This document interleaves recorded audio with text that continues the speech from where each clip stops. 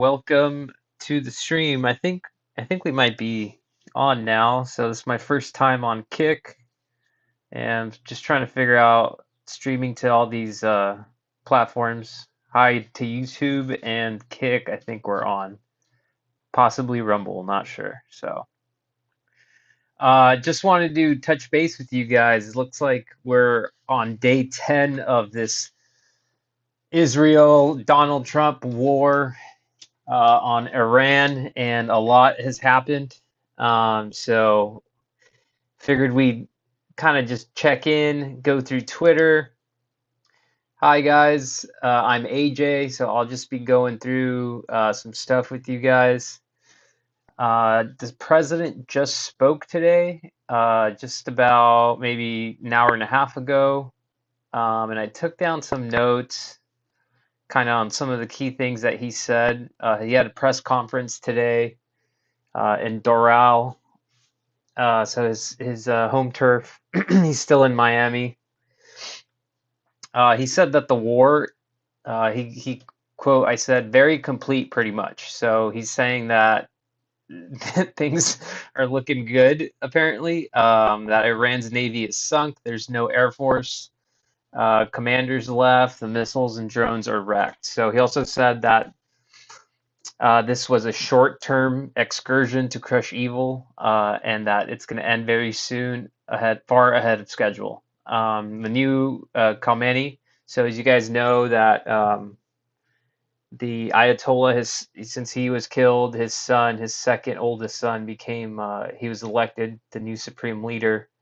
And I actually got some news. We'll go through Twitter together, but I believe he's wounded. That there was word that maybe his leg had to be amputated, something like that. Last I heard, about 3 or 4 hours ago. So we'll kind of look into that. But he called the election of the new leader a big mistake. He said it's unacceptable. No leader without U.S. backing. So we'll see how we'll see how that goes. um,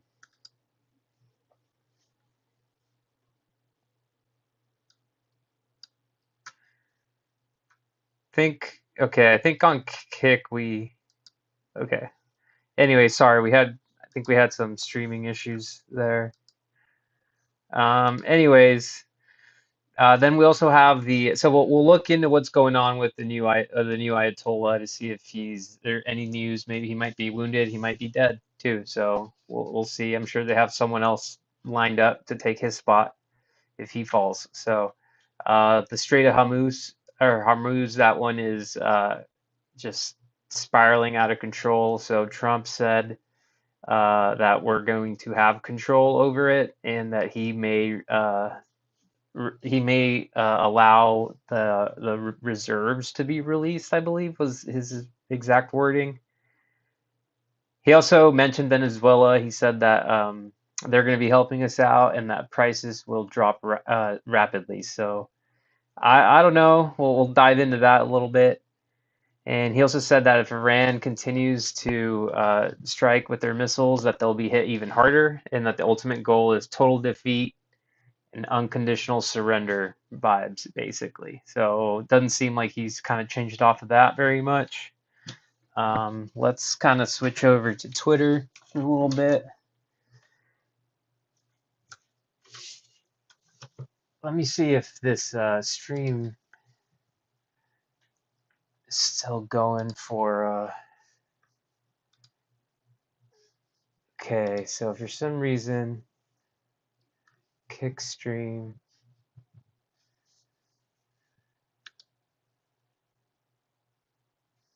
Says I'm offline there, but I don't know.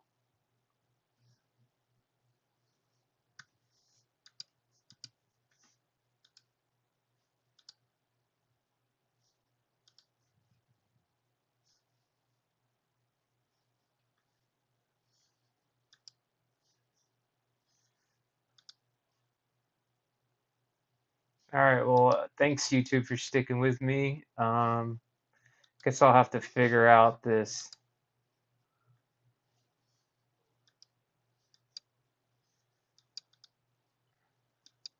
Oh, it says lower bit rate.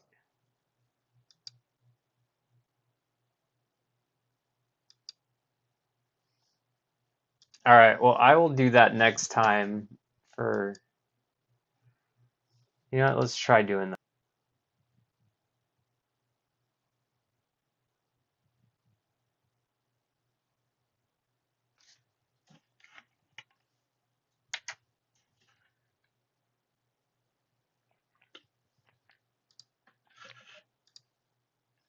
All right, looks like we're back, guys.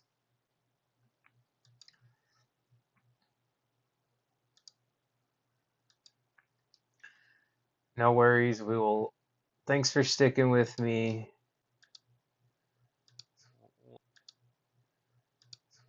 Little one man crew here going, so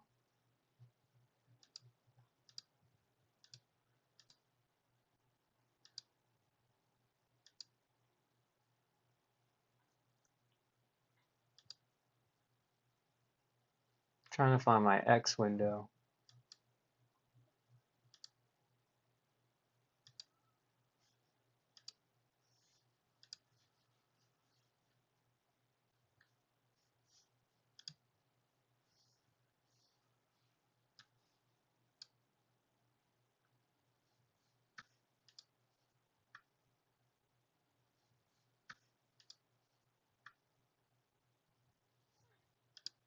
All right, sorry, let me get a new screen shared here.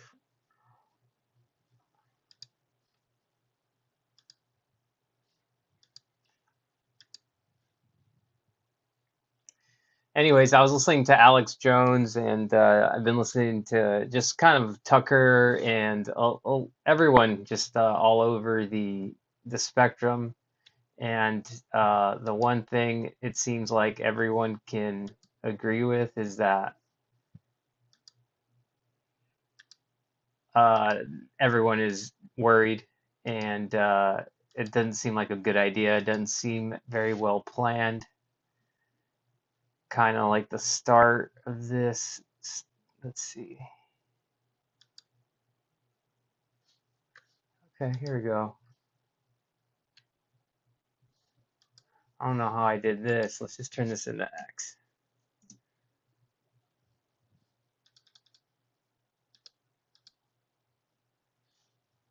All right, now we're good.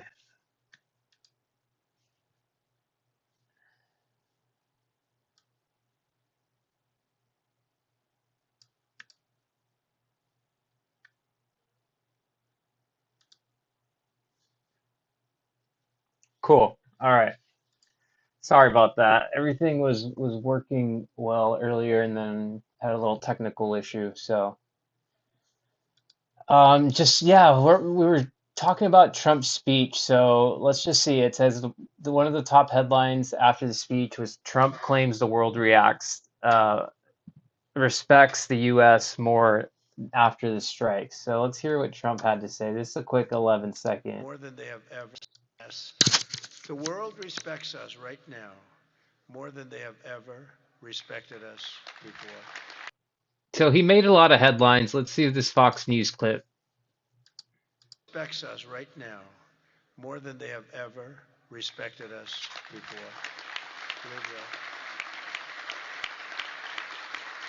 And because of Republicans, you people in Congress, the United States has by far the strongest and most powerful military on the face of the earth. We're the strongest military anywhere on the earth, and now everybody understands it.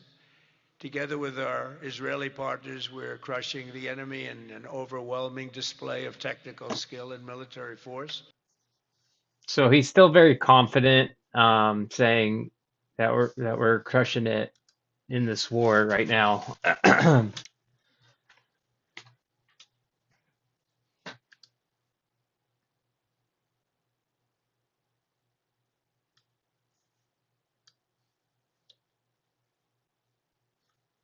Supreme leader. So I know we mentioned the election of the new selection, we should say, not election, selection by the mullahs of the new supreme leader, which is his second oldest son. The oldest one, I believe, is still alive. I know the Israelis are really good at eliminating, uh, people that are alive. But so it looks like Khamenei went down with the ship. He was blown up, and then his son was announced yesterday, even though you had kind of heard rumors about it for a few days now. There's just so much going on that it's difficult to even keep up with all the news, you know. But they had elected his son, who is was known as kind of a gatekeeper for Khamenei, is what a lot of people said. So he's kind of more hardline. He's a younger version, more energy. Everyone says that he's more extreme from what is known about him. And we also murdered his father, or sorry, the Israelis, potentially America, have killed his father, his wife, his daughter. I mean, everyone's been blown up around him, you know. So I think there was latest news that he had been possibly caught up in a blast, and that his leg was going to be amputated. But breaking news: Israel's far-right minister Bezalel Smotrich says shrapnel tore through his son's liver through an attack. Oh, that's Smotrich's son. That's something else. Let me see if I can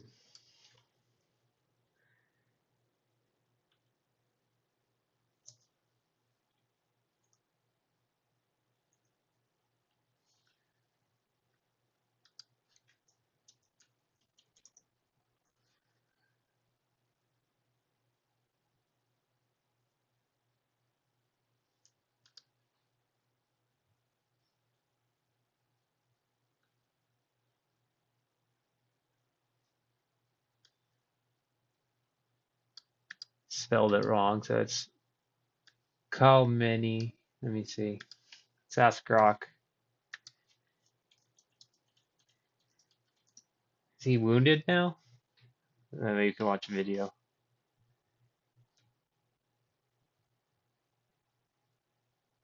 No, I could have sworn I saw something about him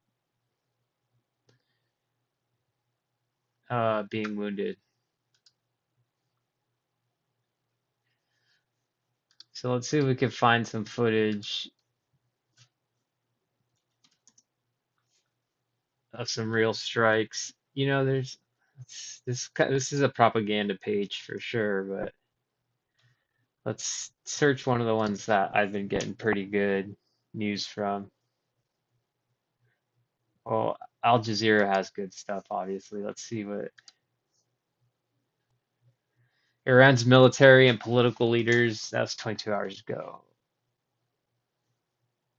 Val, who's at the Iranian capital, and all this talking from the US president, but it's been a night of extreme strike. One of the most intensive strikes on the capital, Tehran, in all directions, to the extent that we couldn't really know whether it is west, south, or east, but we know that the windows of our office were shaken a little bit here during some of those strikes. We understand that Tehran, not only Tehran has been hit this day and tonight, but also Karaj. That's to the west of Tehran, and we understand that the bombardment there caused and we also know that the governor's office in Isfahan was hit, as well as an ancient building considered a UNESCO heritage site. People killed. We have reports of people killed, about 40 in another area not far from Tehran. A residential district was hit during the day. At the same time, we have the 33rd wave of the Iranian side of this campaign, called True Promise Number 4, announced this evening. We're talking about Khaybar. So this campaign so far is a U.S. and Israeli campaign. Targets have included the missile launch facilities, apparently drone production factories, military command centers, and air defense systems. But here you're hearing hospitals, you're hearing all sorts of other stuff. The school, right? The school was another thing that Trump was speaking on this weekend, where everything we're hearing from I think it's the Associated Press or the New York Times. It looks like the U.S. was responsible for that strike, and he's blaming it on Iran, right? So there's just so much misinformation. Anyways, this was a huge barrage last night, is what they're talking about. So I'll continue the video, but analysts say that this tempo, it's one of the fastest air campaigns in modern history. So they're really throwing everything at the Iranians.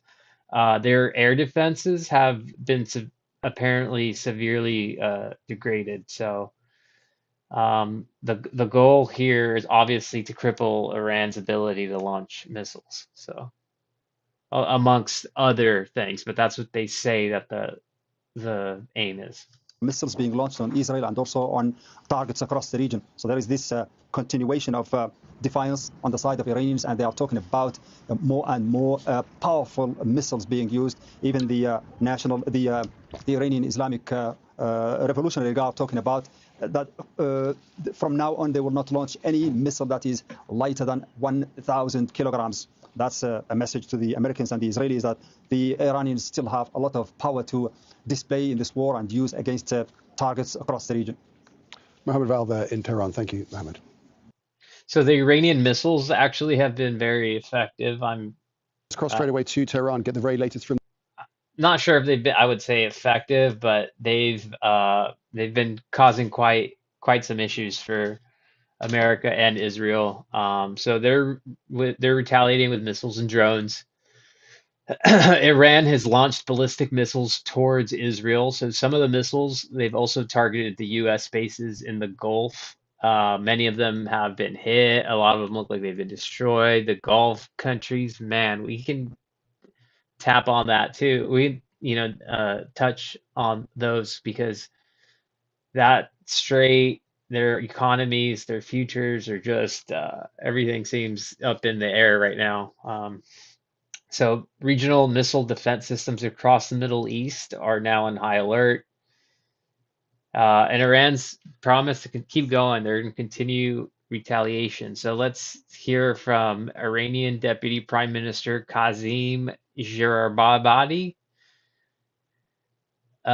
Says several countries, including Russia and China, have contacted Iran over a ceasefire, but as of Tehran's first coalition, the condition for a ceasefire is for that no further aggression be launched. Okay.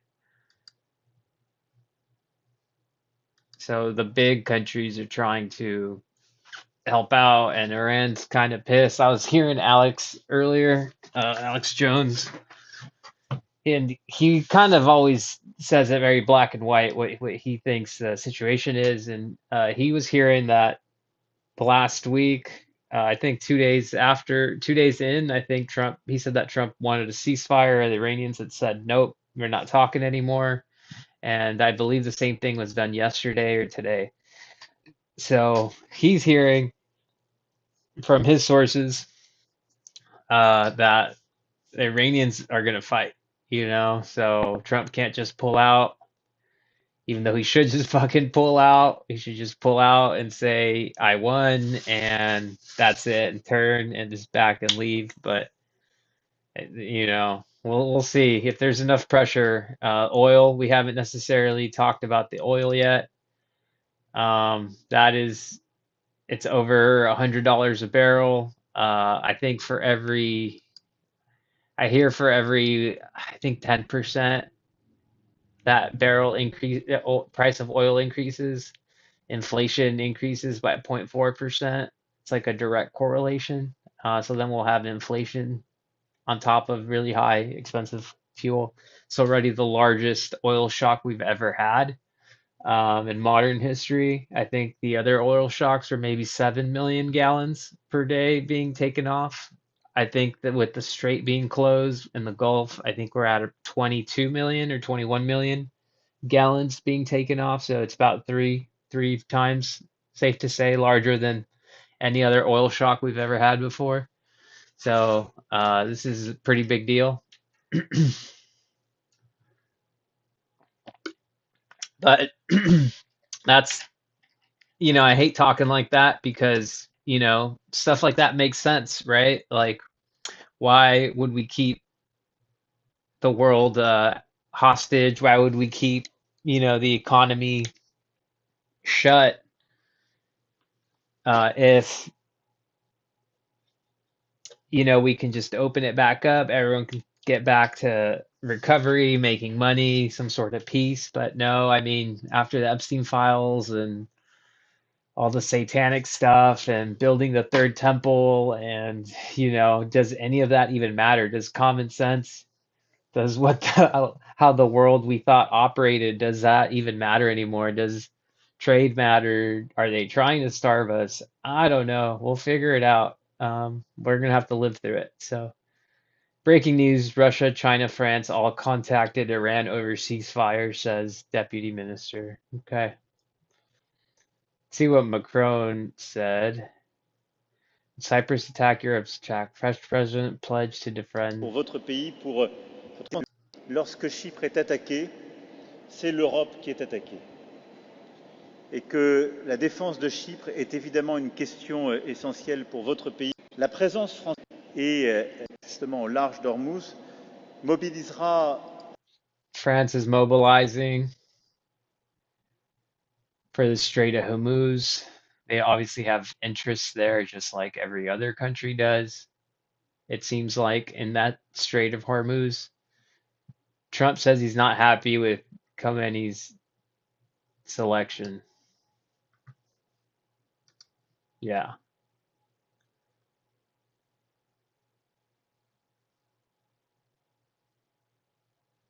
Rubio urges Iraq to protect U.S. embassy. Oh boy. So the embassy's under attack, perhaps. Let's see.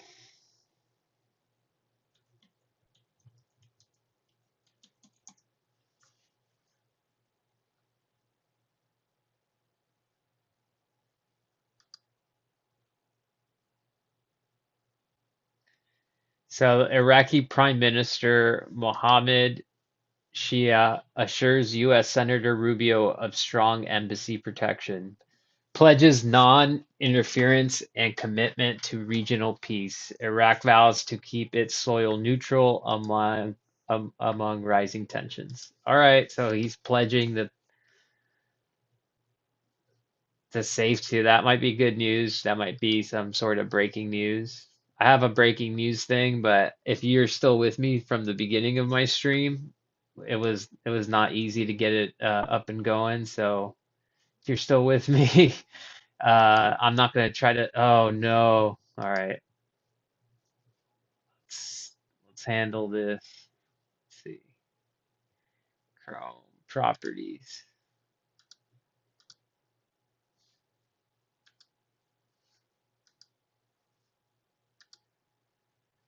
display window.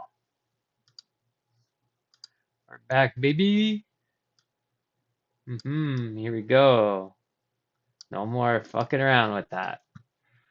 Anyways, so Rubio urged it. Sounds like the embassy's going to be safe for now at this hour, at this moment. Trump also said in that speech, you're very close to finishing. Pull out, Trump. Pull out already. I think I can speak for everyone that, has been following this conflict and has monitored this situation for any length of time, 10 minutes, 45 minutes, all night, every night for 10 days. Just get them out before any more troops get killed. We're at 7, I believe, is the number of U.S.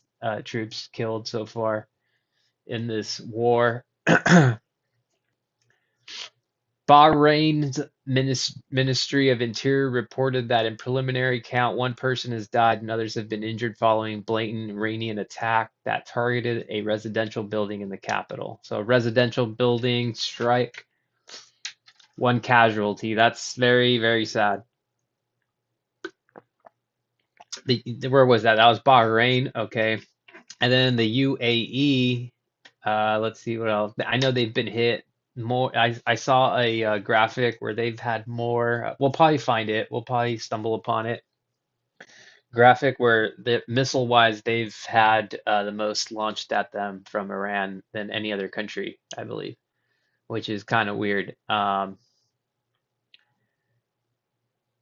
So UAE says its consulate in general in Iraq's Kurdish region has been targeted in a drone attack. So, man, so the whole region is just there's no peaceful place to be out there right now. It seems like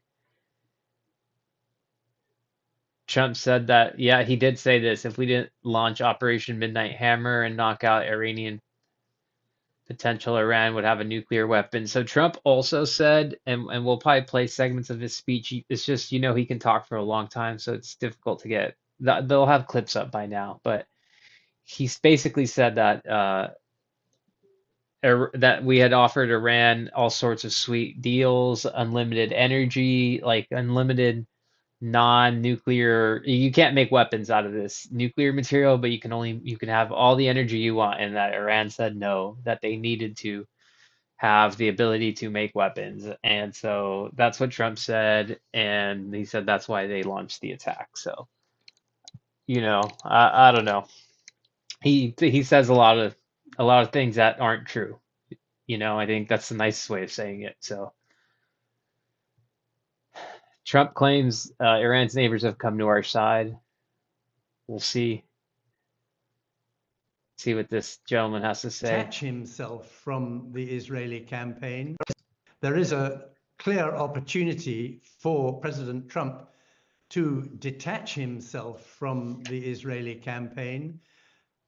Never before has the United States been quite so subservient to Israel or have subordinated its genuine interest in stability in the Middle East to a military campaign advocated through decades by Israel designed to create instability. But there's no sign yet of President Trump being willing to take the off-ramp that is clearly open to him, given the destruction wrought by Israel and the United States on the Islamic Republic up till now. Wow. Could you imagine that clarity if the U.S. was able to just leave the war, whatever Israel's ambitions are, greater ambitions, lesser ambitions, whether it's just to get the US out of the region entirely so that they can dominate, or whether it's just to destroy the entire region so that they can dominate, and everyone else is just going to be a weaker, rundown, 1/10 of a power of what they used to be version of themselves, so Israel can dominate. Sounds like it's a win-win already for Israel regardless. So, and this would not kill Trump's presidency yet. It's most certainly going to kill his presidency, but if he pulled out now, it would not kill his presidency. There's a chance it would not kill his presidency. Let me say it that way. People would probably be so grateful that he's out, but the images of oil rain uh, in Tehran yesterday and probably today, and just black skies and the cancer that people are going to get and the destruction. It's not good, man. It's not good. And I'm not a person that it's just the truth. You can't not look at it and just say that it's just such a shame and it needs to stop.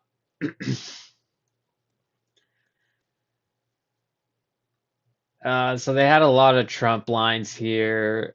Trump says Iranian drone missile production facilities targeted. I sure fucking hope so. Do you guys know how many drones they can make? I guess it takes at least four to five of our of our defense missiles to shoot out one of these missiles that's coming at us, or even a drone sometimes.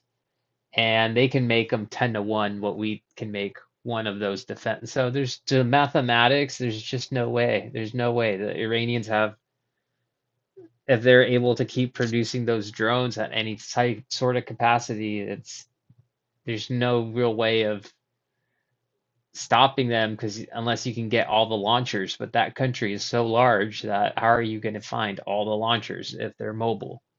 So it's difficult. But Trump said major strides towards completing military objectives. It'll be over soon. He did say that.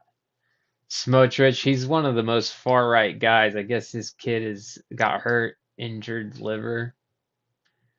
Well, I don't know. I can't really believe anything you hear.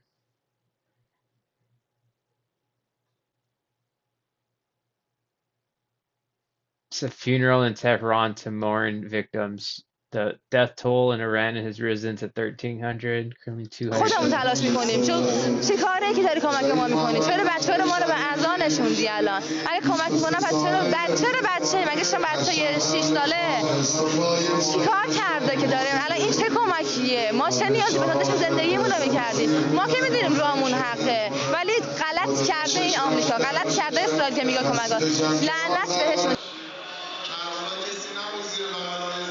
هر وقت آتش بس شه خون شهدای ما قشنگ پایمال شده و به نظرم آتش بس یعنی بی‌حرمتی به این همه شهدا و واقعا تا تهش باید ادامه داد بشه.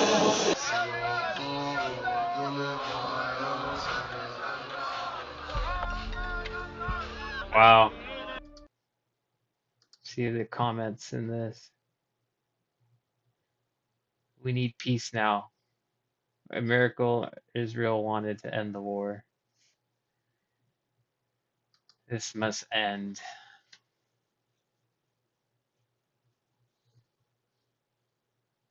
The people want to fight. I mean, some of the people are going to want to fight. It's if anything, this is bringing the Iranian, the Persian people together. Some of them together, right? Because they're being attacked. That's geez. From the Iranian side that okay, we are okay with that. There will be no further aggression against Iran, such as what we see now and what we saw in June. No, not clear whether this is a gesture from the Iranian side that okay, we are Back with you later, Mohammed Var reporting from the Iranian capital. What an explosion. Wow. Hezbollah says it launched a rocket attack on Israeli military position near the border town of Hola following Israel strikes on Lebanon. So Israel and Lebanon, that whole Hezbollah and Lebanon, so they've fired rockets towards Israel.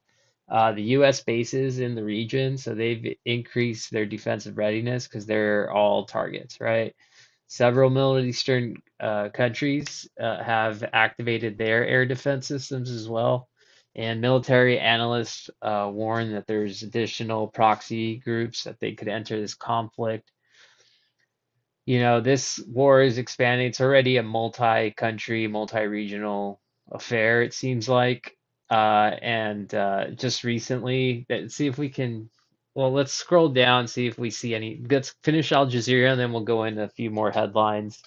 There was a report that perhaps a message, a signal chat, or some sort of message. I don't know if it was a signal chat. You know, the Pete Hegseth app. I guess a chat from the Iranians leadership over to some of their cells overseas, letting them know that it is time for terrorist attacks. I don't know if that's a true story. I heard it on the real news, the network news, and I heard it on Alex Jones and a few other. So I think it's true, but I don't know, man. It's scary. So. Footage released Monday by Qatari's Ministry of Defense shows Iranian missiles and drones being intercepted over the Gulf nation.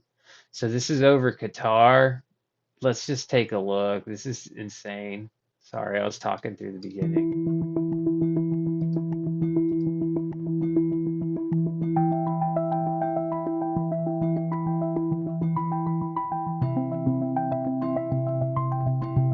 Boom.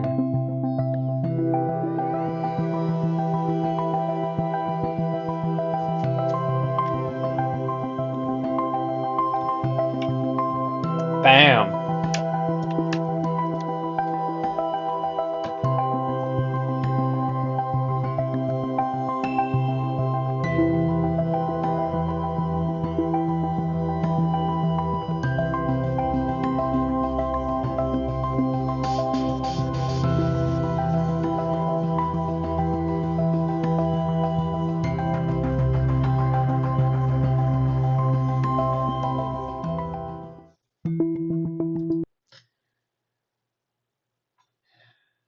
They were US weapons. Every weapon would be $1 billion of tax dollar money. Crazy to see them just being shot. It looks like a horrible video game, like one with bad graphics. Iranian President Masoud Pezeshkian has spoken to Turkish President Erdogan and has said that Iran was ready to form a joint team to investigate the alleged missile attack. So Iran saying it wasn't them, that it perhaps may be a false flag or Israeli missile that was sent over to attack the Kurdish side, I believe. Pezeshkian says Iran ready to, yeah, so we just read that. Trump called it a short-term excursion. Could be a short-term excursion.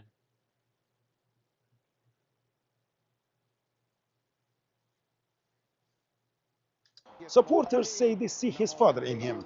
For many of his supporters, Mojtaba's rise represents continuity. He was born in 1969 in the holy city of Mashhad. His childhood unfolded during the revolution that toppled Iran's monarchy in 1979 when Ayatollah Ruhollah Khomeini came to power and Mojtaba's father Ali Khamenei became one of the new system's key figures. Mojtaba grew up in the shadow of revolution and war. At 17, he joined volunteers fighters on the front lines of the Iran-Iraq War. Many of those fighters later formed the backbone of the Islamic Revolutionary Guard Corps, now the most powerful military force in Iran. Those wartime times helped shape Mojtaba's long relationship with the Revolutionary Guards. Their support played a crucial role in his rise as Iran's third supreme leader after his father was assassinated in a US-Israeli joint attack. Mojtaba Khamenei has long been seen as a powerful figure behind the scenes, influencing key appointments and security institutions through his father's office. His rise has come at a moment of deep crisis. Many of his closest relatives, including his wife and son, were recently killed by the US and Israeli forces. Some analysts believe this loss could push Iran toward a more confrontational path. Others argue the opposite. With Iran under intense military and economic pressure, they say the new leader may pursue pragmatic change to prevent the system from collapsing. But the pressure is growing. Israeli officials have repeatedly threatened to target Iran's new leader. And inside Iran, the succession itself is controversial. Supporters see stability. Critics see something else, a revolution that overthrew a monarchy, now producing what looks like a dynastic succession. Under Iran's constitution, Mojtaba Khamenei is now both the country's highest political authority and its top religious leader. He takes the power at one of the most dangerous moments in the Islamic Republic's history. Whether he can unite the country and the war or lead Iran into deeper confrontation may shape the future of the region.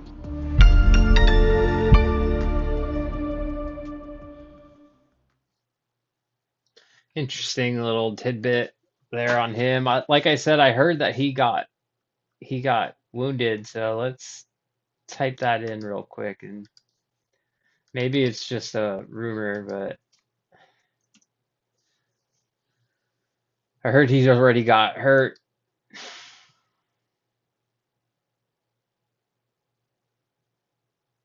He was critically injured in U.S.-Israeli airstrike this afternoon. He later succumbed to his injuries, according to initial report. But that's just from some guy. People, they're just trolls. Yes, the footage is recent. Khamenei's okay. It's I think it made, I don't know if it's a rumor or not. I guess there's no real way to know.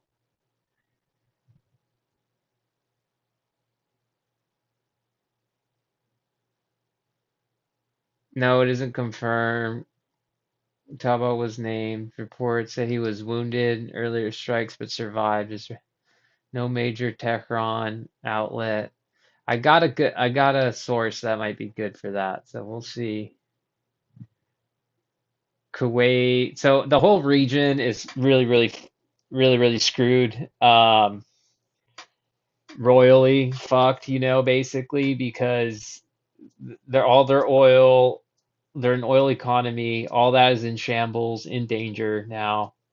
They can't pump it out because they have nowhere to store it because they don't have anywhere to transport it because Iran will sink any ships that go in the area. The U.S. can't do anything without having boots on the ground there to try to open up the strait. It's too large, or they can't staff the entire thing with boots on the ground to keep it open because that would require tens of thousands of troops. It's just a total mess. Um, and so those economies in those countries are going to be des devastated if this doesn't end soon, which common sense it should, but you start going a little bit, not even into conspiracy territory, into truths, right? Like kind of like the Epstein saga that's going on. But what about the Third Temple stuff? Is there going to be a false flag on the Alaska Mosque? Is it going to be attacked by an Iranian missile or drone and get shot down, blown up, and cause some sort of religious global war, right? Uh, I don't know. I don't know. All those things are not out of the cards, right? And so a lot of this could be bigger than just the economy. I think who worries about the economy? Normal people. We want to be able to pay our bills and stuff, but I don't think the people in charge, I don't think that's their primary focus right now until we make it be their focus.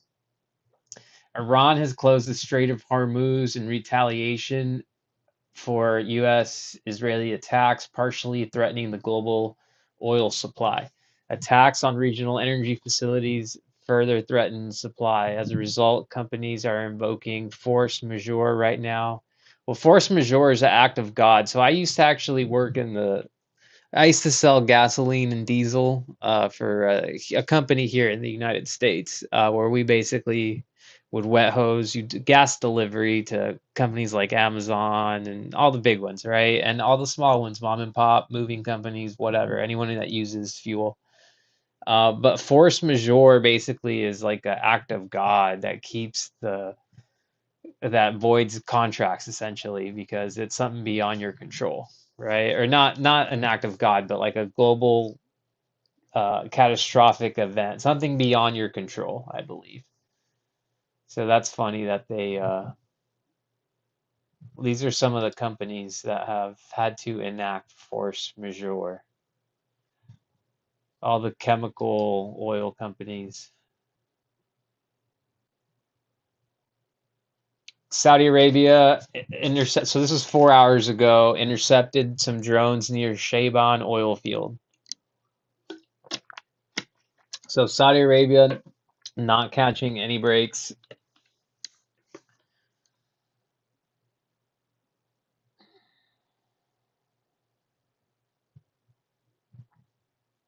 White House says President Donald Trump is reviewing all credible options for controlling oil prices after the stock market opened to a surge in prices. Yeah, I think we're looking at least a $10 to $20 a week increase right now if this keeps going.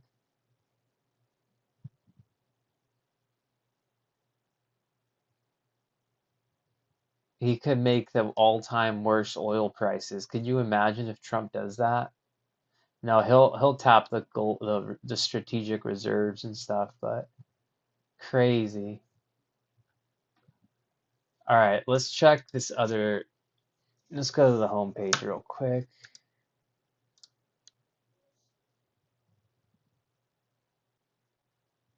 Damn, 20 leverage. That's crazy. Is the chairman of the Joint Chiefs a Qatari agent? This is the greatest rant I heard. I'm gonna retweet it and pin it. This was amazing.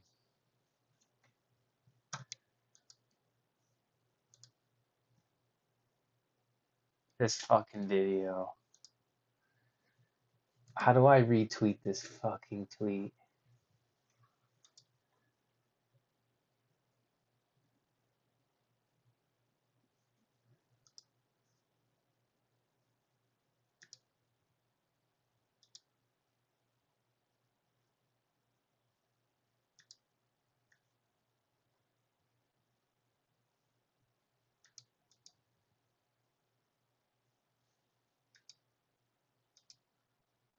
You guys gotta watch it.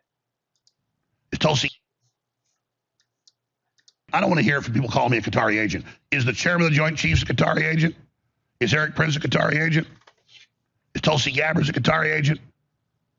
Are things going the way we said they would go, or the way you said they would go? All you,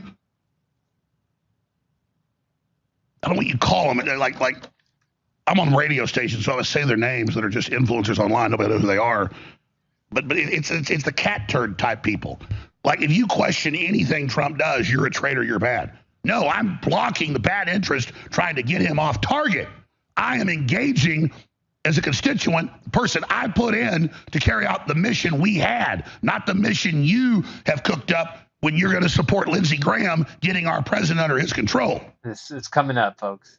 I'd liken it to Trump's, This part. our wife, the American people's wife.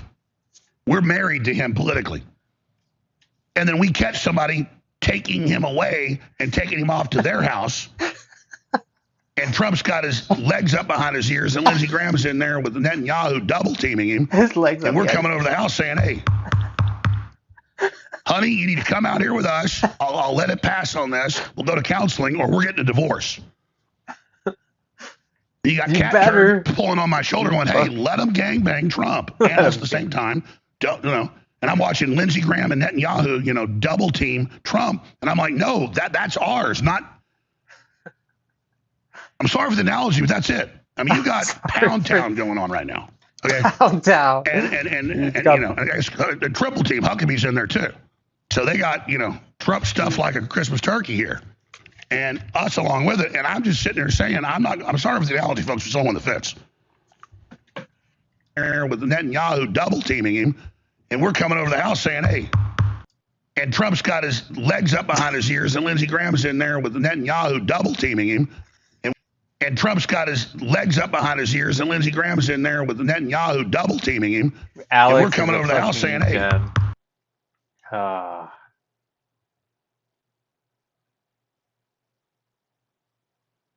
Matt Gaetz just tweeted something. He said, this deeply concerning. The only wins we're getting as conservatives are coming from the Trump administration. Senate flips, we won't get any appointees.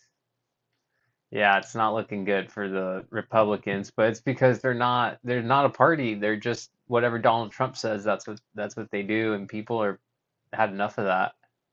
Pat, I need to catch up with the show. I also love talking sports. That's actually my number one passion, but I've been monitoring the situation, and Pat was off for the week before that. So I haven't watched him in like a month, but I need to catch up so I can start talking sports with you guys too. Sports is we'll talk a little bit of sports. Right now is NBA stuff, but let's keep it focused on the politics stream right now. Well, I think you could say it both. Yeah, please. Thank you.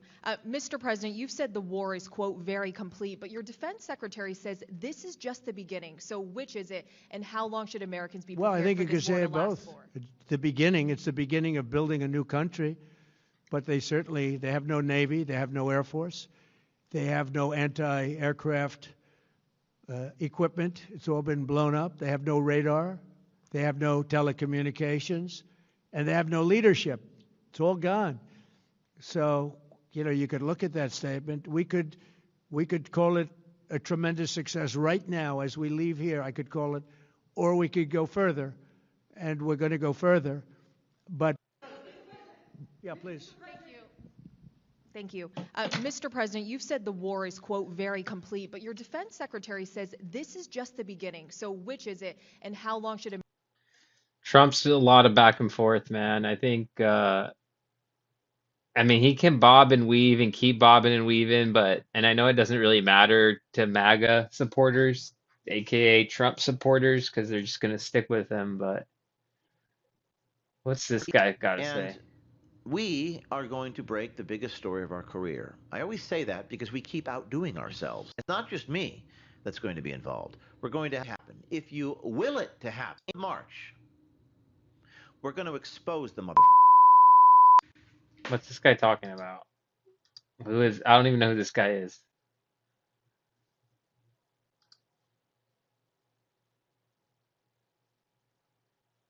Did Iran just kill Bibi Netanyahu's brother?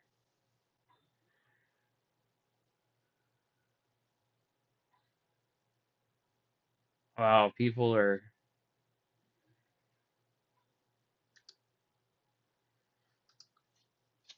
Well, I guess they got deleted.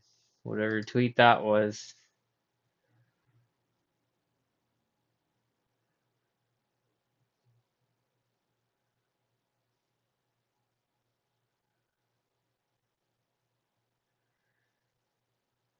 See what Marjorie Taylor Greene has to say.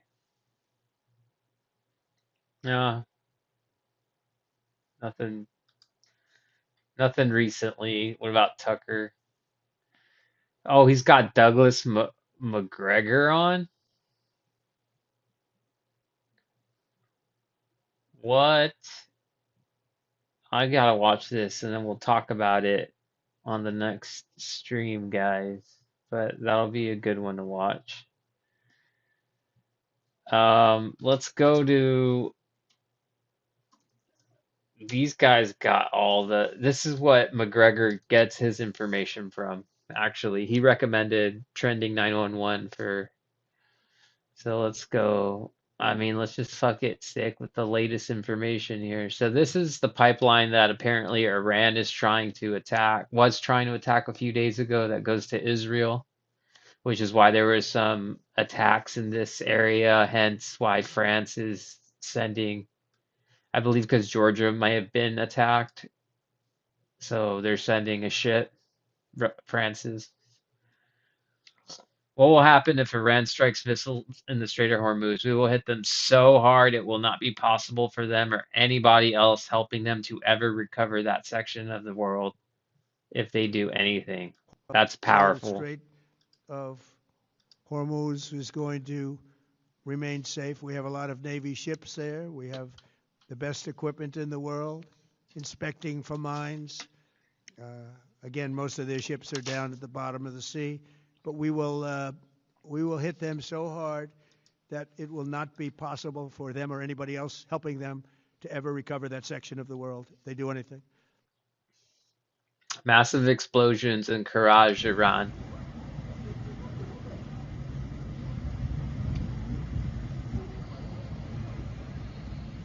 یا خدا آسمونو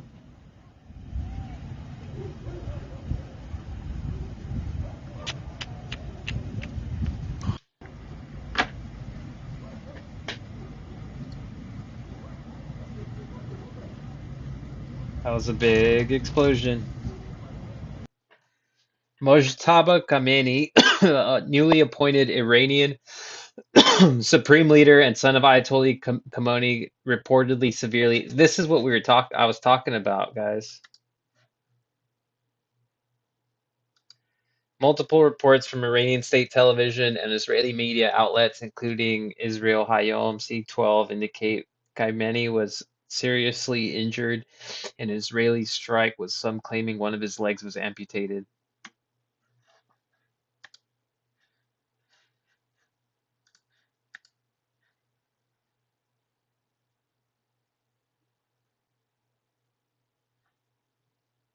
Yeah, who knows if it's true. Confirms injured, but who knows? So something to keep tabs on. He may already be done.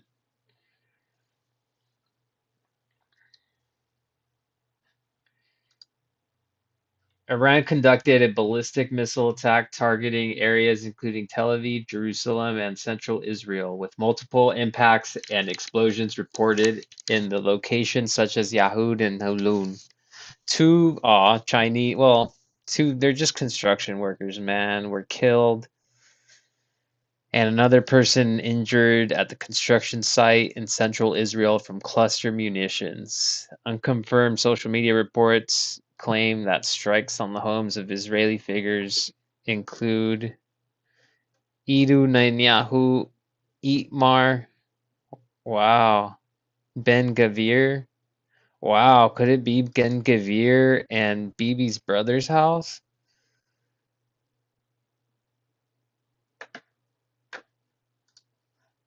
Who knows? Oh, wait, someone asked Grok. Let's see. Multiple reports.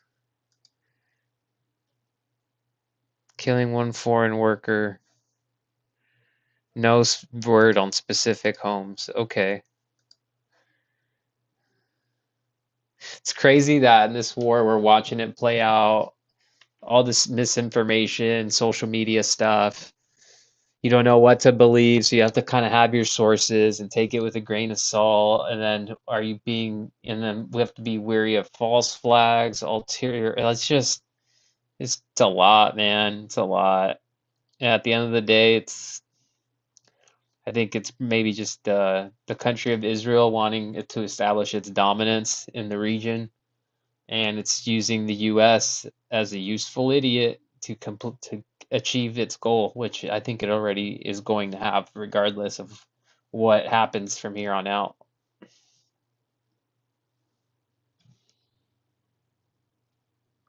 So, I don't know.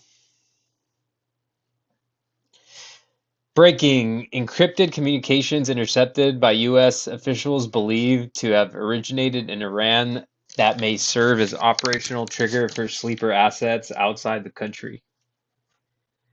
That's that's very, very concerning. That's from ABC News, so it looks like it's on the regular mainstream news too.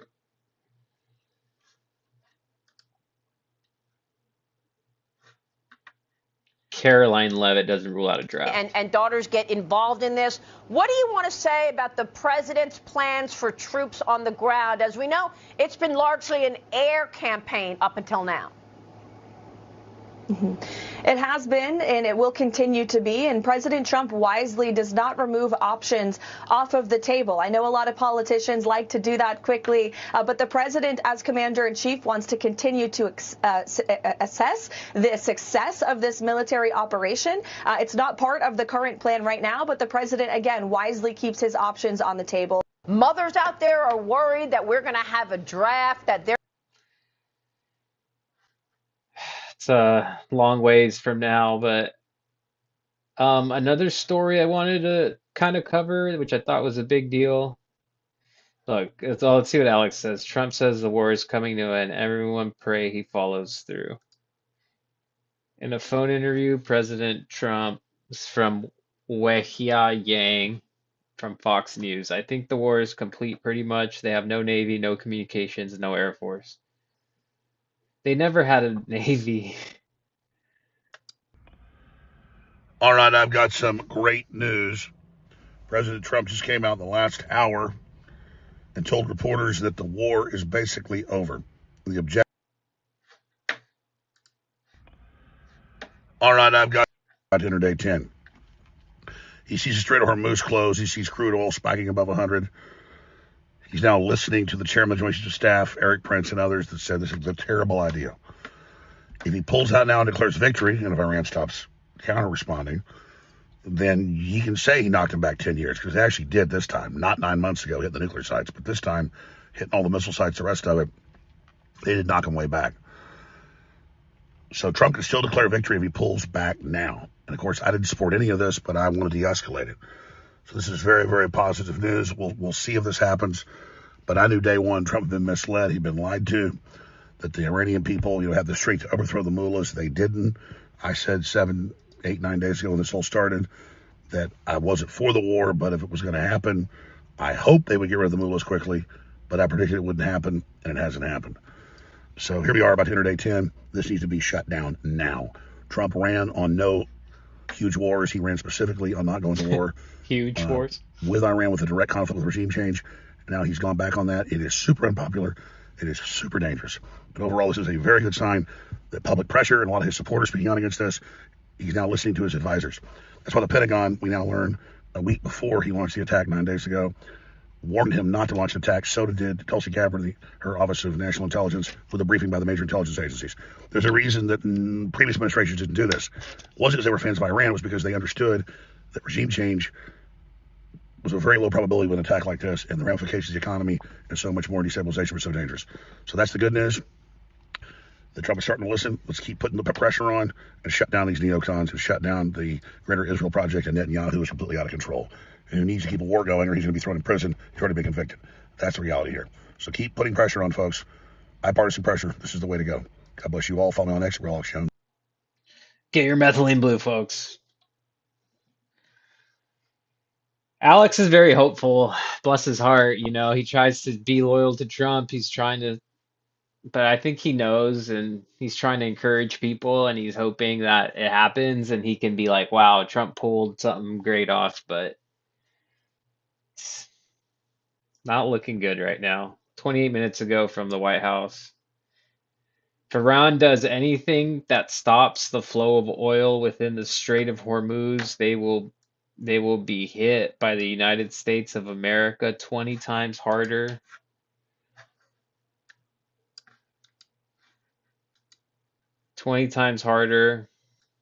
Sorry, where are they? Than they have been hit thus far. Additionally, we will take out easily destroyable targets that will make it virtually impossible for Iran to ever build back as the nation again. Death, fire, and fury will rain upon them, but I hope and pray that it doesn't happen. This is a gift from the United States of America to China and all those nations heavily use the Hormuz. This is a gift. Okay, hopefully it is a gesture that will be greatly appreciated. Well,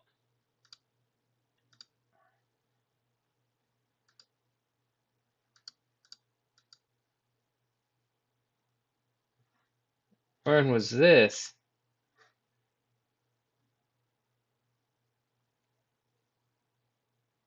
That would have been at 5. Let's go to YouTube, folks.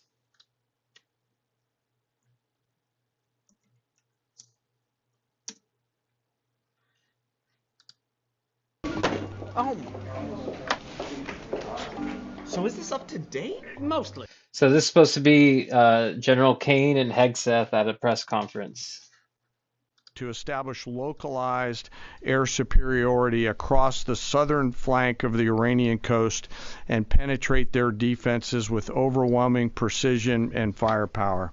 We will now begin to expand inland, striking progressively deeper into Iranian territory and creating additional freedom of maneuver for U.S. forces. Let me explain a little bit about how we're thinking about staying ahead of the enemy. First, over the past several weeks, Admiral Cooper and the CENTCOM team have refined their operational approach to the region. Their planners identified key centers of gravity that would allow Iran to project power outside of its borders.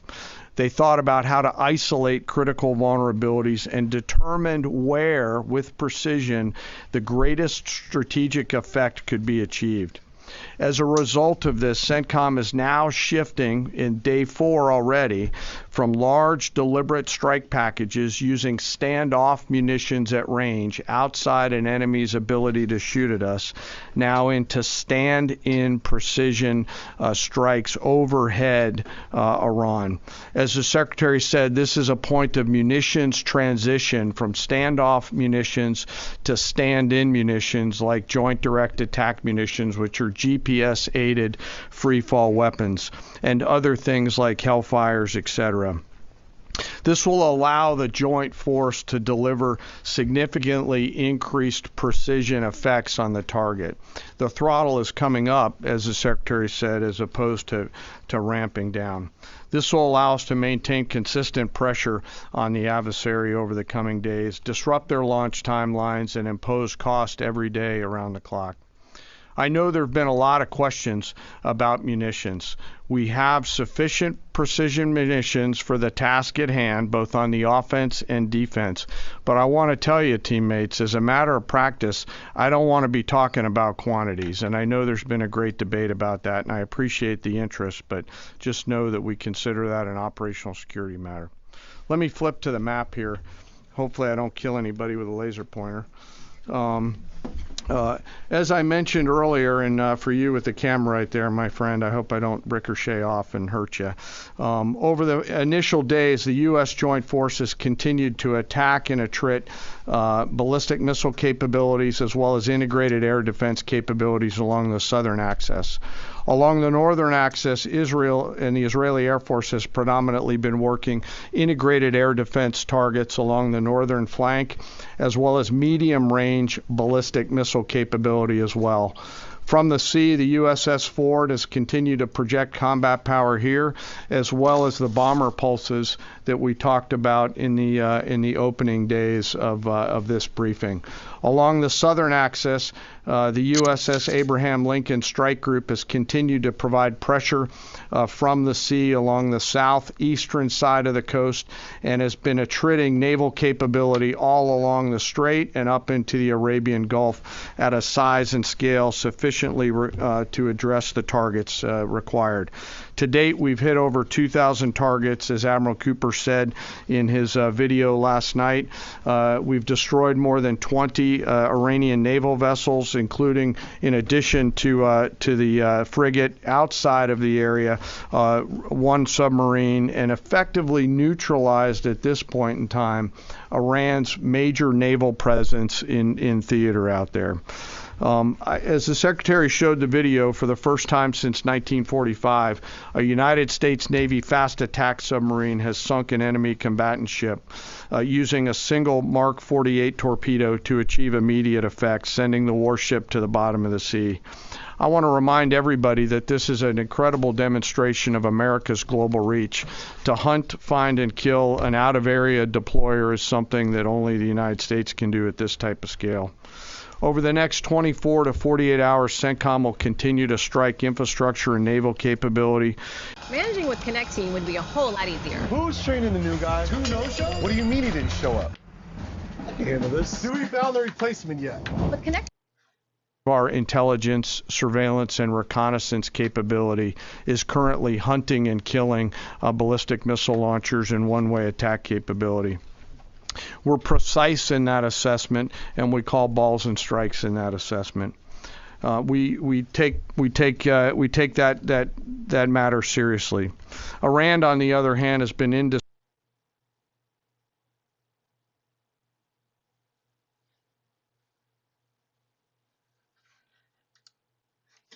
All right.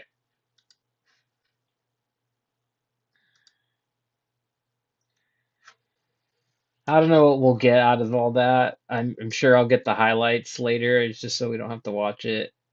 So let's see what Ted Cruz. Oh, this guy. Senator Lindsey Graham. The Journal is saying that Graham traveled several times to Israel in recent weeks to help make the case on Iran, meeting with members of the country's intelligence agency, spoke with Netanyahu, coaching him on how to lobby President Trump for action. Graham said that Netanyahu showed the president intel that persuaded President. Lindsey Graham's such a gay little snake. That dude needs to move to Israel with his harem of little boys and stay away from the U.S. We don't want to fight over there. Trump to go ahead. Senator, I know you all talk to foreign leaders, and that happens routinely. But speaking to a foreign leader on the precipice of war and seeming to be lobbying or being an intermediary, which this seems to indicate, is that the right way to go? Well, listen, Lindsey is passionate about defending America, and he is on the road a lot. He's talking to world leaders all over the world. There are times when I agree with Lindsey. There are times when I don't. But when it comes to the threat... What about this? I mean, this is something of a totally different level, is it not? No, actually, when it comes to the threat Iran poses, Lindsey agrees they pose a major threat to America, and I agree they pose a major threat to America. Look, Lindsey and I disagreed on the Iraq War. He thought the Iraq War was a good idea. I thought the Iraq War was a mistake. I think Iran is fundamentally different because Saddam Hussein was not murdering Americans on the scale and level that Iran has been doing. Saddam Hussein was not funding Hamas and Hezbollah killing Americans. And President Trump acted boldly to take out a regime that had been killing Americans over and over. We're not disagreeing on that. Yeah, I'm not disagreeing with that. Our point is working with Netanyahu so closely to lobby President Trump, acting as an intermediary for a foreign country. Is that appropriate? That was my simple question. I'm not trying to be difficult here, but that's slightly unusual, is it not? I agree with you on the other points. I don't think it's a fair characterization that Lindsey is an intermediary for Israel. And a lot of the critics say, oh, the war is all about Israel. Understand, it's not about Israel. It is about America. The reason President Trump acted is to defend America. I don't know. I don't know about that, dude. Little Satan. And America's the It's a great little Satan. fishy. I believe if the Ayatollah got a nuclear weapon, he would use it. Laura, if the Ayatollah could kill you and me right now, he would. And that's Smells why like a President lie. Trump acted. And so I get frustrated with all the people it's who all say, about this is all for Israel. No, it's America. not. This is for America. This is Donald Trump being the commander-in-chief of the United States of America and protecting us. And you started your monologue by saying this was not going to be a protracted land battle with...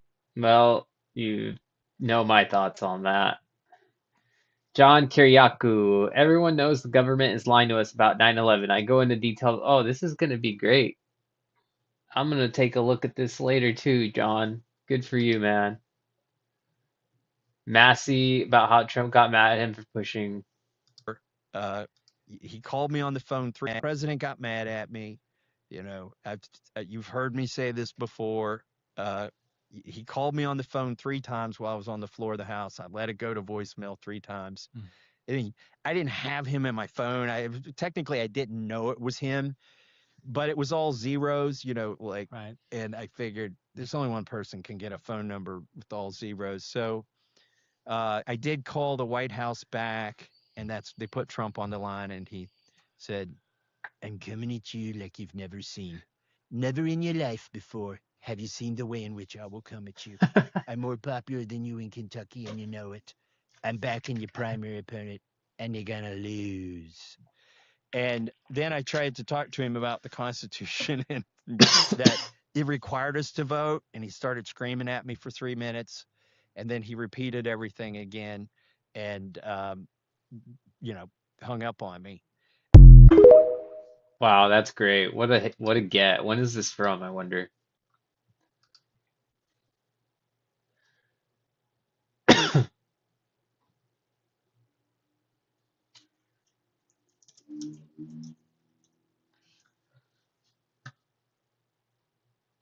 That's like today I gotta watch. Oh wow. Great. It's new.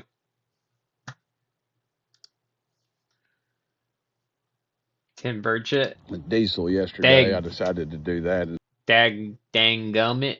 Instead of sending my daughter to school next year.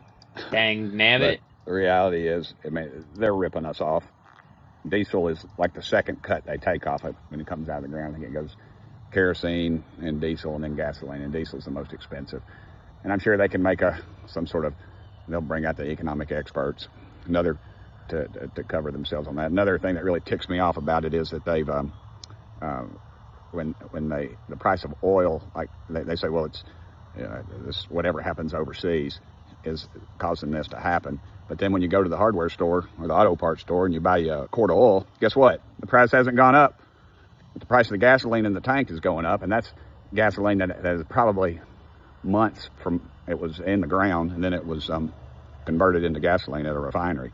So the whole thing is just ridiculous. It's greed, and eventually we're going to come to a point in technology, say coal turning coal into oil and gasoline, as the Germans did during the Second World War. But guess what? The technology hasn't advanced since then. It's still cheaper just to get oil out of the ground than to convert coal, which we have a lot of. And how much oil does America get from Iran? 0. That's how much. This is a scam, and these oil companies, shame on them. They're using this opportunity to make record profits once again. So you got to ask yourself, even if we were getting it, what about the stuff that's already in the pipeline, that's already been paid for, the gasoline that's in the tank at your neighborhood filling station? How does it go up exponentially when something happens overseas? It's a scam. Because they want to. Gasoline goes up like a rocket, and it comes down with a parachute. I hate to talk about it, but yeah, I worked for several years selling gasoline in large quantities to gasoline stations, but mostly to transportation companies. Large quantities. I mean, my quotas or anywhere from 6,000 gallons a month to 30,000 gallons a month of fuel I had to get out to cuss. Anyways, the margins on that, the way he's explaining it isn't true. The fuel, it gets used and processed so quickly. Some busy gas stations get filled up 3 times a week, like new fuel in the ground. So that means every 2 days you get the new price of fuel coming from the refinery, which is an OPIS-based price. And then you have that plus their margin. The margin at a gas station is anywhere between 15 cents to 75, 80 cents, I believe, per gallon. Yeah, it's quick, man, especially a busy gas station. Sucks. Oh, let's hear this. If a nuclear weapon is used, it will be by Netanyahu and his government, not us. Yes, good. I've met and talked with President Trump. I like President Trump personally, and you can say what you will about the man, but I see no evidence that he would be talked into that by Mr. Netanyahu. I just don't. I hope I'm not wrong, but I just don't see that happening. I also see little evidence that people at the top of the military establishment collectively would sign on for that. You might get a few. Unfortunately, most of them are airmen or in the Navy, but I don't think they would be very supportive. I think they'd say, is this really the right place, time, and reason? Yes. Because increasingly we view nuclear weapons as something that protects your territorial integrity. Everybody knows that if you try to invade the United States from Canada or Mexico, yeah, we'll nuke you. No question about it, right? But why would we do that with Iran? But Israel is different, as we've discussed. And the more desperate they become, if Iran does not submit, and I see no evidence that they will submit, the more likely that option could be embraced and employed. And that's why we started this, because you asked specifically about who has the authority. I hope President Trump does, but I don't think so. I think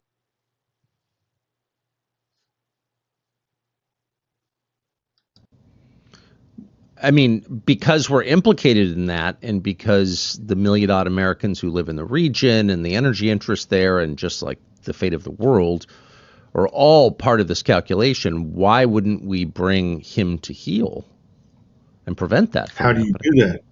How do you do that? I mean, you're going to have all the people that put you into the White House, that spent billions on your campaigns, who gave you the power, and the Congress that is essentially being purchased by the lobby, not by the lobby directly, but by the Zionist billionaires that pour money into the process to get people elected. You know how that works. What are they going to do?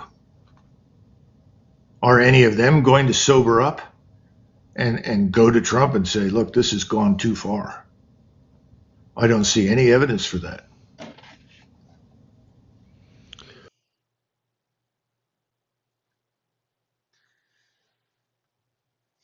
Douglas McGregor is pretty good.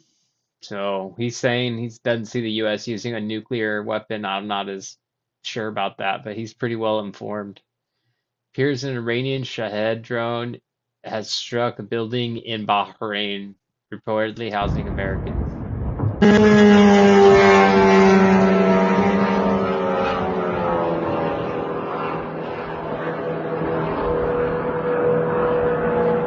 Fuck, man. Jesus. Gotta pray for those people. So bad.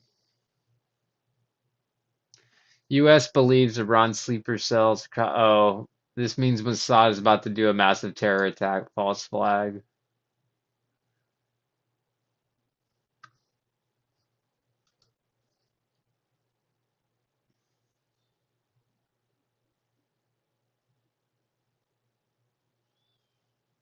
Catholic priest killed in southern Lebanon. Oh, that's so sad. Sad stuff, man. Look, this is what's gonna kill us.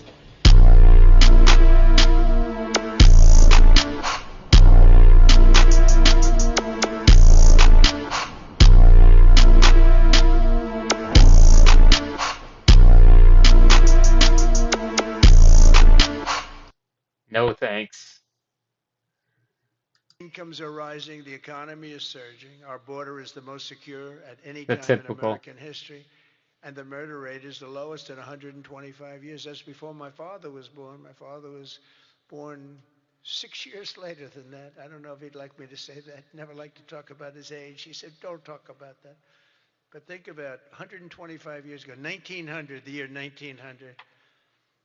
The stock market has set 53 all-time record highs since the election, and it's going to go a lot higher as soon as we get rid of this stuff that we're doing right now, that we really had no choice. I mean, I think I asked people No in our choice. country. He had no choice. Jesus. לעשות את מה שנדרש כדי להילחם באנטישמיות Too funny. ולתת את הביטחון הדרוש, את ההבטחה הדרושה לקהילות היהודיות בעולם. וכדאי שיקשיבו לאזהרות שלנו. אני דורש מהם פעולה עכשיו.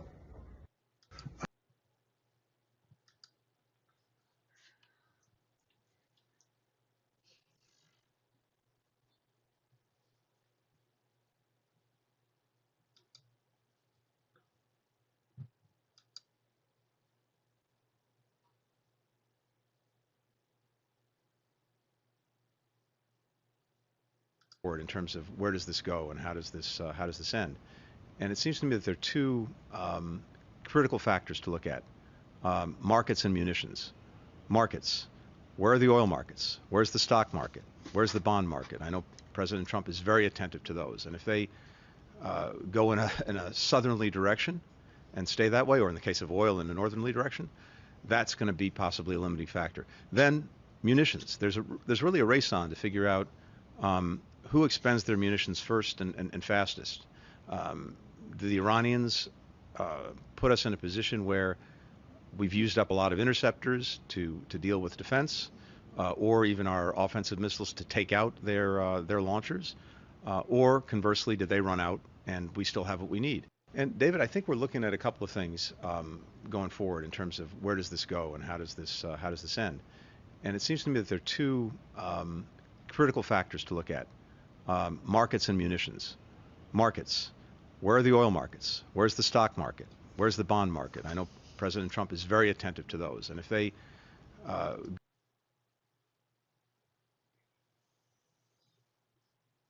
and bombed its own elements. President, you just suggested that Iran somehow got its hands on a tomahawk and bombed its own elementary. Suggested that Iran somehow got its hands on a tomahawk and bombed its own elementary school on the first day of the war. But you're the only person in your government saying this. Even your defense secretary wouldn't say that when he was asked, standing over your shoulder on your plane on Saturday. Why are you the only person saying this? Because I just don't know enough about it. I think it's something that I was told is under investigation. But tomahawks are used by others, as you know. Numerous other nations have tomahawks. They buy them from us. But I will certainly, whatever the report shows, I'm willing to live with that report. President. Sidestep that one. This guy, Saliman, he's very pro-Iran, but he's a reporter and he's been having like a 24-hour stream. Do you guys want to listen for a little bit? Let's see. There's always someone that's unhinged that's kind of going off in there, maybe like once an hour, but usually it's decent.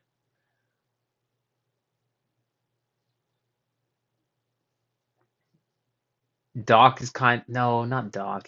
Was he crazy? Systems against our people, apparently including desalination plants. Nobody should complain if our powerful missiles destroy these systems wherever they are in retribution. And he's quote posted a post from CENTCOM saying the U.S. High mobility artillery rocket systems HIMARS provide an unrivaled deep strike capability in combat against the regime. Oh yeah, the CENTCOM was bragging about being able to fire from the ground. But yeah, like the CENTCOM is so stupid. Like they bragged about like these HIMARS systems which are on like a truck, right? And you in case you're not following, where are those trucks firing from to fire at Iran? Right, they're in the region. They're in one. Thought the situation was very quickly approaching the point of no return, and the United States found it intolerable, in my opinion, based on what Steve and Jared and Pete and So this is Trump's justification, what made him make his decision to attack Iran. And it's based off of what his son-in-law and his friend said to him. others were telling me, Marco, so involved, that I thought that they were going to attack us. I thought they would, if we didn't do this at the time we did it, I think they had in mind to attack us. And He thought, but he also thinks that Iran bombed the local school with the little girls. So Suleiman's got some good headlines here. Let's give it another shot to listen to. Sometimes, like I said, it's a hard listen. Sometimes it's pretty good. Iranian national television. So he's an Iranian journalist, and he says that minutes ago, he's a couple hours ago is when he said this. He's like, minutes ago, all of Tehran's municipal electricity infrastructure was targeted, and we are still in a total blackouts. So yeah, the Epstein coalition is messing with their energy, and Iran has promised to respond in kind to that. So we'll see how that goes. Trump says that Iranians told Steve Witkoff, essentially in a real nutshell, we want to continue to build nuclear weapons. Like it's just a lie. It's just a lie. Like why? Why would Iran do that? Come on, like why? It's if anyone who believes that is just they can't be saved. In my opinion. There's another, okay? So 44% of Americans what say they that America is understand too is supportive that of Israel, which is an all-time high. So So Dr. Jiang, he's I think he's a Yale or Princeton educated. He's a teacher. He's like a history or political science teacher, something like that.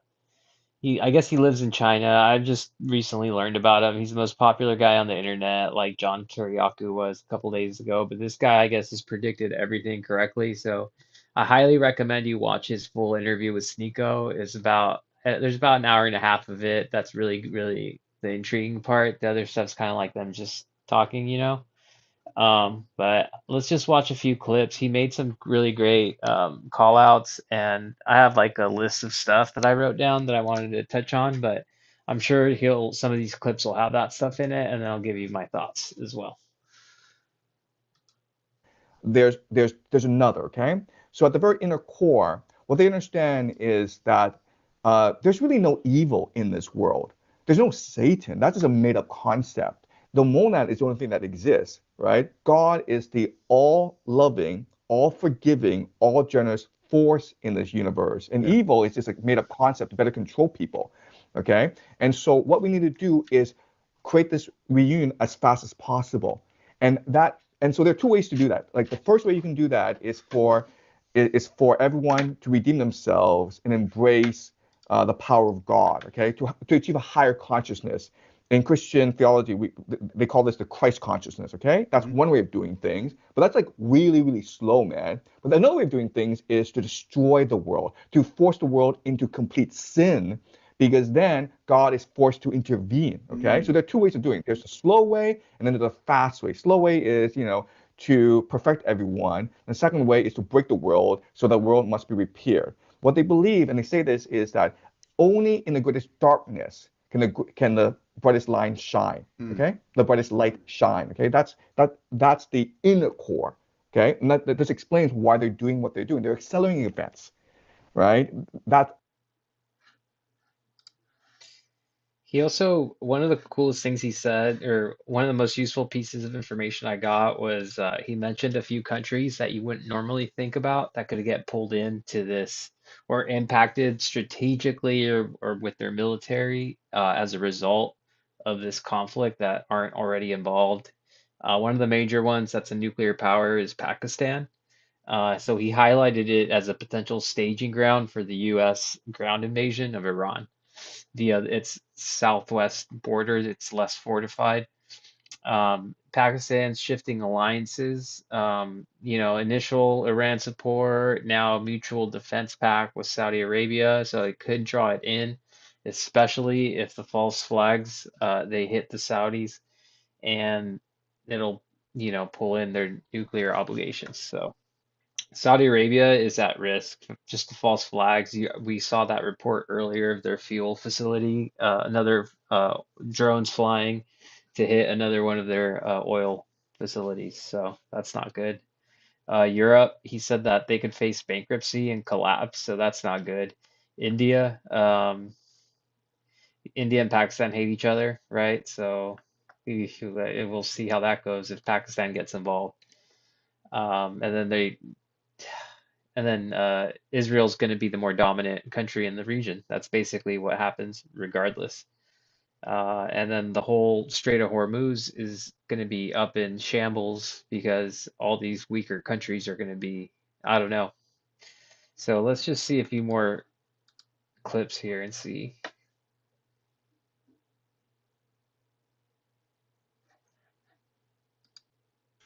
I saw you.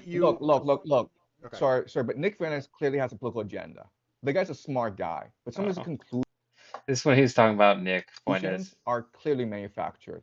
He's not, someone's paying you to say that. I don't know, okay, but I started listening to Nick. I don't know. I don't think he's paid to say stuff either, but I mean, honestly, the only real battle in the world today that I see worth fighting is fucking, exterminating Israel. I mean,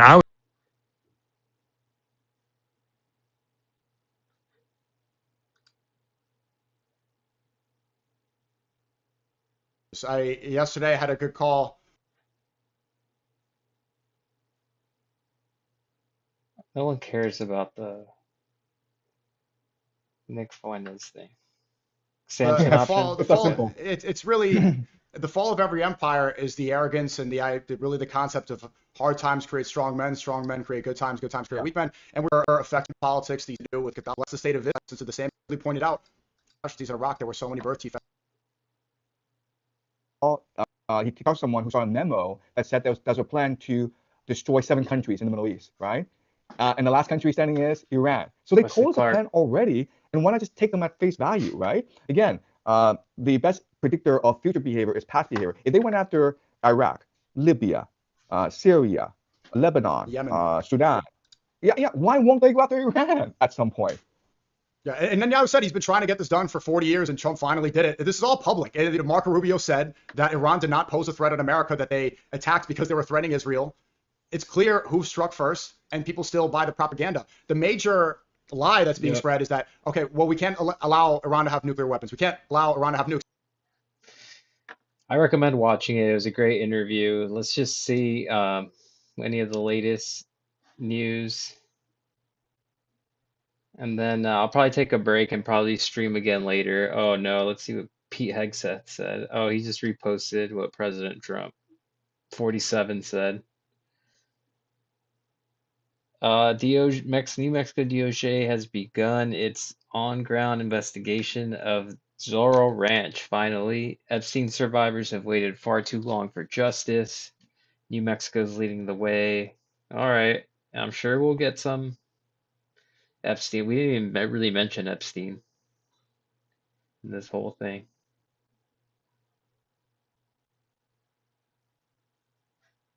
Can be given to you by your daughter. Your daughter, she has to be of age, like voter ID, but, it can be given to you by your daughter. Your daughter, she has to be of age, like above 6 years old, she's allowed to say. You had to see some of this stuff is so bad.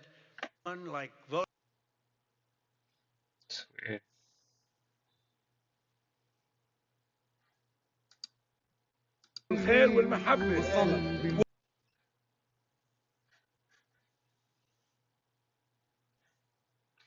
IRGC claims Iran, not United States, will determine the war's end.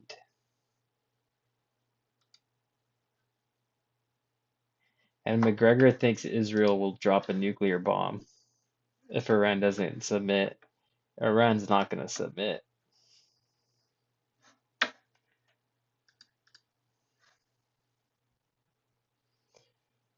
Yep, oil prices are going to go to 180 a barrel perhaps within a month,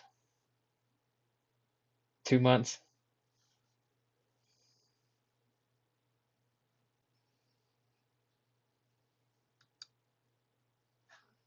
What happened on Piers Rogan? In a recent interview clip, Rubin explained that he quit Morgan's multi-guest panels 8 months ago because of constant screaming. I mean, that's what panels are. Like that CNN one, that's the same thing. That's all the night ones are.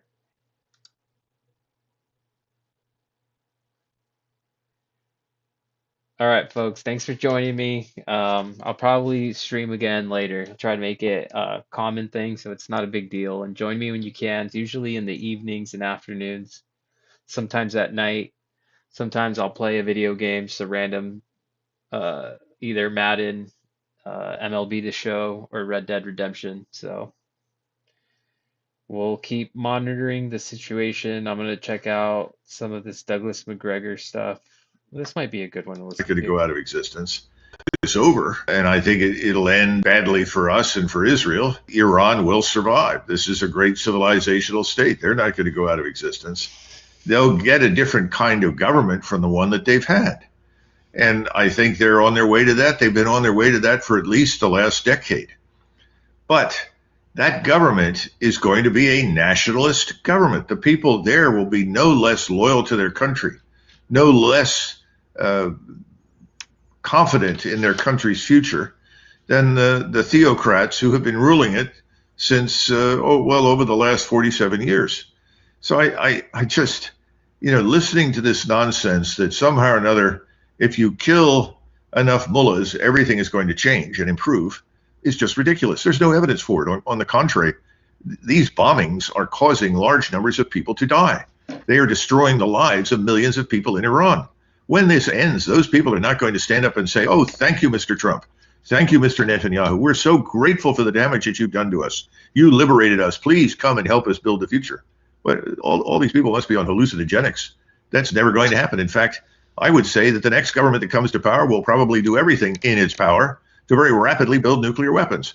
What we've done with the Israelis and at the behest of Israel is we've guaranteed the proliferation of nuclear weapons by demonstrating once again that if you want to be secure, if you want to live in a country that the United States and Israel can't threaten, a country they can't infiltrate, a country they cannot disrupt, then you probably... Well, Colonel McGregor said it. He's a great follow on Twitter, guys. It's over, and I think it'll end badly for us and for Israel. Iran will survive. This is a great civilizational state. They're not going to go out of existence. They'll get it. Doug the Pug's a good one too, but yeah, I'm gonna watch his Tucker interview and I'll give you guys my thoughts next time. Dr. Jiang interview with SNEAKO, and I just learned about SNEAKO, and I'm gonna listen to Nick Fuentes later. Harrison on War Room today was kind of hit and miss. I think he had a lot of interviews. Alex was on fire that first hour with that. Geez, that clip is hilarious. The one about Trump. The one about Trump being the wife and and being bent over, and Netanyahu and Graham having their way. Let me see if did I like it or did I bookmark it? Oh, yeah, right here. It's hilarious. Joint Chiefs Qatari agent. I'd liken it to Trump's our wife, the American people's wife. We're married to him politically. And then we catch somebody taking him away and taking him off to their house. And Trump's got his legs up behind his ears, and Lindsey Graham's in there with Netanyahu double teaming him. And we're coming over to the house saying, hey, honey, you need to come out here with us. I'll let it pass on this. We'll go to counseling, or we're getting a divorce. Let it pass. You got Cat Turd pulling on my shoulder going, hey, let them gangbang Trump and us at the same time. And I'm watching Lindsey Graham and Netanyahu, double team Trump. And I'm like, no, that's ours, not. I'm sorry for the analogy, but that's it. I mean, you got Pound Town going on right now. Okay. And I guess the triple team, Huckabee's in there too. So they got, Trump stuff like a Christmas turkey here. and us along with it. And I'm just sitting there saying, I'm sorry for the analogy, folks, for someone that fits. He said it. That's the perfect analogy. On that note, we'll catch you next time on the stream a little